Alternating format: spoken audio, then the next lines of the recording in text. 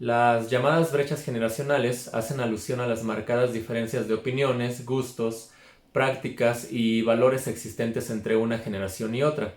y que producen juicios, generalmente negativos, acerca de las formas de vida o formas de pensamiento de los más jóvenes. Para aquellos que crecimos en los noventas, probablemente tuvimos algún tío hippie que con no poca frecuencia nos invitaba a escuchar música de verdad, o lo que ellos consideraban que era música de verdad. En la actualidad es muy probable que esa generación que creció agobiada por el familiar que se quedó estancado en el pasado y que con vehemencia trataba de insertar sus propios referentes estéticos y culturales, se haya convertido ahora en la nueva generación odiosa que ha sustituido la de antes si era música por estas generaciones de ahora se ofenden por todo. Es verdad que nos encontramos ante una generación caracterizada por la hipersensibilidad y la intolerancia. ¿Qué hay de válido en los argumentos de aquellos que acusan a esta generación de estar permanentemente ofendida? En este video analizamos este conflicto generacional a la luz del concepto de la posverdad.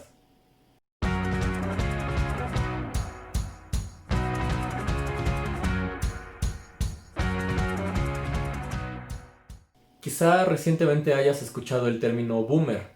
utilizado despectivamente para referirse a personas cuyas opiniones o ideas son anticuadas o conservadoras, sin importar su rango de edad. El término boomer y otros identificadores generacionales han sido utilizados por la antropología y otras ciencias sociales,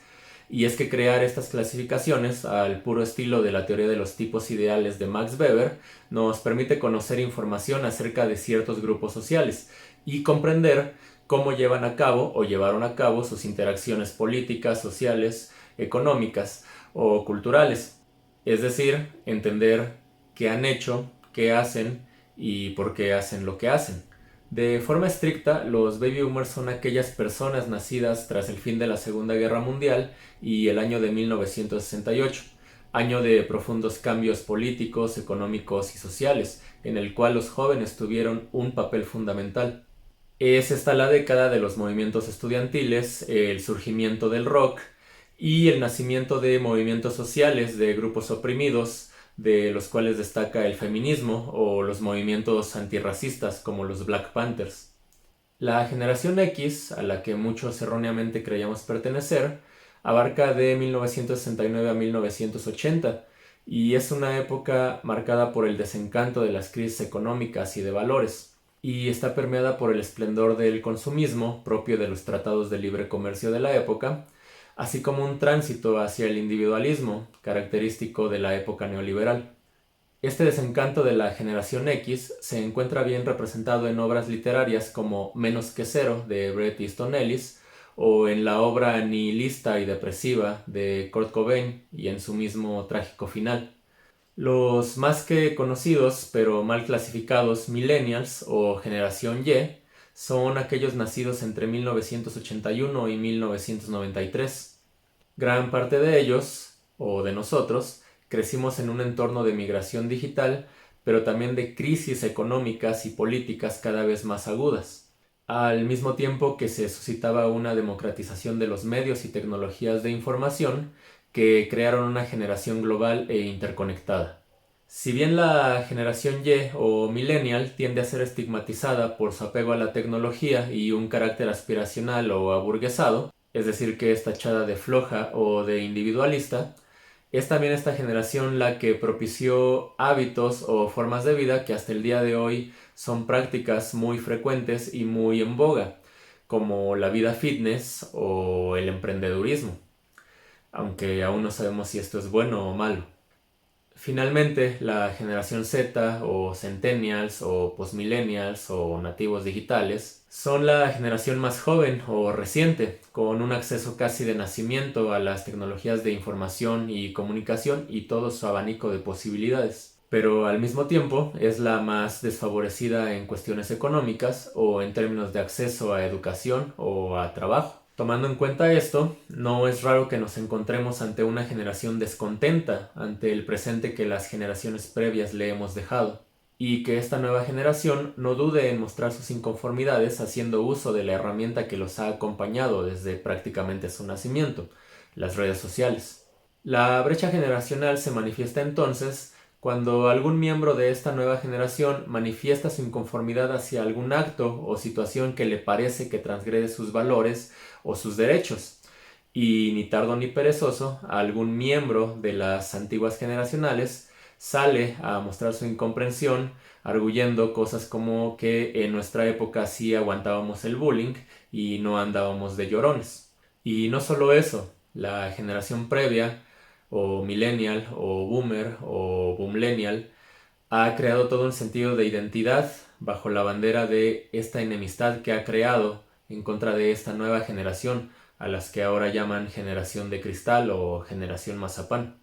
Un ejemplo de esto sucedió hace poco cuando TV Azteca, una de las dos televisoras que manejan el duopolio de la información en México, anunció que la caricatura de los 90s Animaniacs regresaba a sus pantallas. Bastó un solo comentario de Facebook diciendo que había mejores cosas para que los niños vieran, para que la generación boomlennial hiciera un gran escándalo, argumentando que la generación de cristal quería cancelar a los Animaniacs. Lo que resulta gracioso es que la persona que hizo este comentario de hecho fue una persona mayor de 40 años y que en su comentario pedía que en lugar de Animaniacs se programaran contenidos como Odisea Burbujas, El Tesoro de Saber, He-Man o los Thundercats, programas que tienen una existencia de más de 40 años. Incluso las notas periodísticas en internet, cuyo título decía "Piden cancelar a Animaniacs", únicamente sustentaban sus fuentes en este solo comentario de Facebook y en cientos de tweets y publicaciones de gente indignadísima porque la generación de cristal quería cancelar a Animaniacs, hecho que nunca sucedió. Algo muy similar sucedió cuando un usuario de Twitter publicó la portada del disco de Molotov Donde jugarán las niñas y adjuntó un comentario que decía algo como: imagínense qué pasaría si este disco saliera en esta época de la generación de cristal. Mientras que absolutamente nadie se ofendió por la portada del disco o por el contenido del disco, miles y miles y miles de tweets y de publicaciones en las redes sociales estaban atacando a la supuesta generación de cristal por haber pedido la cancelación y la censura del disco, algo que tampoco sucedió. El concepto de posverdad se ha comenzado a utilizar de forma frecuente y reciente y nos ayuda a entender este tipo de fenómenos. El concepto, utilizado por primera vez por Ralph Kiss, hace referencia a las circunstancias en las cuales los hechos objetivos importan menos que los llamados a las creencias o a las emociones personales, es decir, manipulan los sentimientos para generar una opinión acerca de algo o de alguien. Bajo estos términos me voy a indignar muchísimo hacia aquellos que hayan hablado mal o hayan pedido censurar mi música o mi caricatura. No importa si no la veo o si no la escucho desde hace tiempo, o no importa si esas personas que pidieron la censura no existen. Así, la posverdad puede ser entendida como una mentira que es tomada como verdad, o como una mentira que puede deducirse que es mentira, pero que es conveniente que las multitudes tomen como verdad, como cuando alguien comparte una imagen de Barack Obama acompañada de un texto que afirma que los delincuentes no deberían de tener derechos. No importa que Barack Obama nunca haya dicho esto, o que por sentido común sepamos que un personaje público de tal envergadura, por simple ética, no podría decir eso. Para otros autores, como Ramón Moles Plaza, la posverdad y la desinformación son sinónimos, ya que poseen características como el hecho de que la rapidez con que se difunden estos mensajes impiden verificar la veracidad de estos, y además estos son enclavados en los aspectos irracionales de la mentalidad de las personas, como la fe, las creencias o las emociones. Por eso es importante para los medios de comunicación y las redes sociales que, por ejemplo, tras una marcha o una manifestación, se hable primero de quiénes van a limpiar esos destrozos antes de cuáles son los derechos por los que están luchando las personas que se están manifestando. La posverdad se sostiene entonces en las emociones y en las creencias compartidas. Aunque existan hechos o datos objetivos, la gente o los post-ciudadanos privilegiarán aquello que corresponda o que encaje con sus propias ideologías. Al mismo tiempo que acusan a la generación de cristal de ofenderse por todo, la generación previa o los boomlennials o los postciudadanos se sienten profundamente ofendidos porque la generación actual no escucha la misma música que ellos escuchaban, al mismo tiempo que omiten que fue nuestra generación, la generación previa, la que permitió los grandes atropellos a la democracia, a la economía y a los derechos humanos. Mientras tanto, las nuevas generaciones, por ejemplo las fanáticas y fanáticos del K-pop, usan las herramientas digitales para manifestarse en contra de los discursos de odio, protestar contra la brutalidad policíaca, cuestionar la industria pornográfica o sabotear eventos de Donald Trump.